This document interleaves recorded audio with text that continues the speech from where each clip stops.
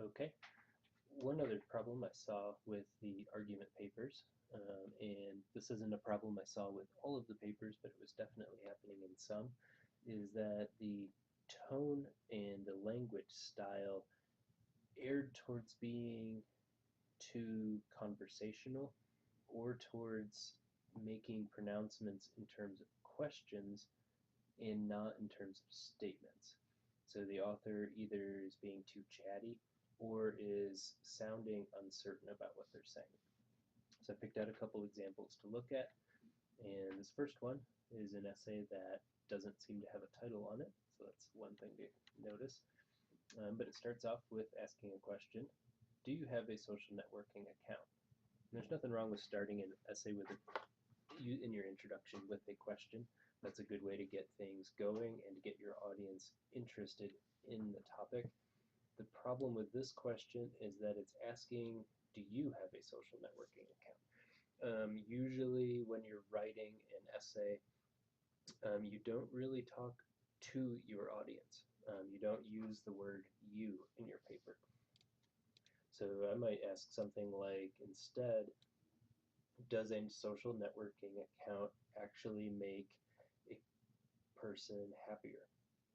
Or do social networking accounts make um, their members happier? Or are they effective? Are they good social tools? Don't make it a letter written to your audience, because the person reading it may not be that you that you're talking about. So you might actually alienate your audience there. Okay, so do you have a social networking account? If you don't, it's guaranteed that you know many people that do. And so here we're writing to a you, we don't know exactly who that is, and people, and we don't know who these people are. So that's a little vague in the essay to be doing. Though, why is it someone would opt out of the nexus that is social networking? Another question. So similar to the problems that we were having in introductions, with the first one where it jumps from one introductory strategy to the next, we have one question, it's jumping over to the next question. And instead of having multiple questions for an introduction, you want just one. And then you can take these other questions, turn it into a statement. People might want to opt out of the nexus, and then you could use that as a body paragraph for your essay. So anytime you find yourself writing more than one question, more than one idea, or more than one topic, and it's all within one paragraph, try to separate it out and put it down to the bottom of your essay so you can use it for later. Well, for instance, one may only have to look at their dates, preoccupation, I don't even know what that means. For instance, one may only have to look at their dates, preoccupation with the cell phone while at a restaurant, or even more insensibly look at traffic at any given time. Okay, so here's where a good example of a conversational tone in an essay. Saying something like, well, for instance, one may have to look, that's being written like you would say it if you were having a conversation face to face with somebody. What you could do to make this more straightforward and more representative of how language usually works in writing is just say that while on a date, um, or let me try again, people who are on a date are often preoccupied with their cell phones rather than being at the date. You don't need to add this well, for instance. It doesn't really add a whole lot to your paper. You could say more simply, for example, people on dates are preoccupied with their cell phones. And it's straightforward to the point, and it doesn't have that chatty tone to it. Okay, so this one's got a lot of questions, got a lot of chatty tone to it. I want to look at a slightly different example that I think is a little more subtle. And this one also doesn't have a title, which is missing. You really want a title. It starts off, in the early 1900s, when the television was invented, no one knew the power that the TV would hold to the human just about 100 years after being produced. So here, the tone is good, straightforward, academic. There's nothing chatty about it. It's not talking to unspecified audience or talking about unspecified people. It goes on. These days, you will see anything on TV. And as sad as it is, most of the things we see are violent, because that's just what the industry has moved towards, because they think violent TV production is getting more views than non-violent shows. And there's maybe some overgeneralizations in here.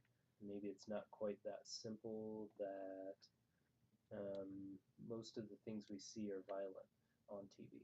How do we know that's true? Probably would need a source here to back that up. But going down to the thesis statement, so I got to thinking and wondered. Here's where it gets a little chatty and conversational. Do we need to add in I got to thinking and wondered? For an argument paper, I would say no. Just the fact that you're writing about it shows that you thought and wondered about it. So it would be redundant to say that again.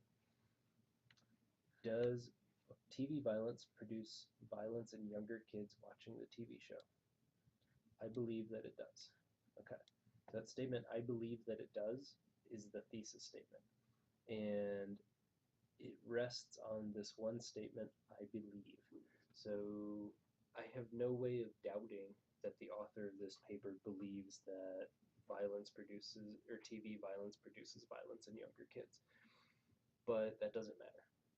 The point of the argument here is to prove whether or not TV violence produces violence in younger kids. This should be the thesis statement. So instead of saying, I believe, say, TV violence does produce violence in younger kids, period. Then you have to back up that statement, not the statement that you believe it. Of course you believe it. If you believe it, you believe it. I have no reason to doubt that. But I do have reason to doubt whether or not TV violence produces violence. So take the I out of it. You really don't need the I's in your paper unless you're bringing in your own personal experience to prove something. But then it's not about you saying I think or I feel. You're saying something more along the lines of I saw or I witnessed or I went through this experience. Okay, and just to show you an example of an introduction that has a good conversational tone and doesn't slip into that I think, I feel mode of writing. Entertainment is a huge part of society's everyday life, causing humans to act certain ways. Video games, being a part of entertainment, are seen to be a cause of violence. Here's a general statement and then a specific one. So that's introductory strategy, moving from general idea to specific. What I might say to make it stronger is to say entertainment is not just a huge part of society's everyday life, but a hugely influential part. And then, because video games are a part of entertainment, they too are also influential. So when this paper argues that it's causing violence, you'll have a precedent to say that because it's part of entertainment, it's influential. Because it's violent, it's causing us to be more violent. Okay. Over time, there has been a large increase in the popularity of violent video games, causing there to be a controversy among teenagers, parents, and game makers. So once again, this is really about the issue, not about whether or not this writer feels or thinks in a certain way about this. Also, it doesn't have any excess language saying, well, or for instance, or you might think, anything like that. It's very straightforward, to the point, and on topic, which is how the tone of your writing should be.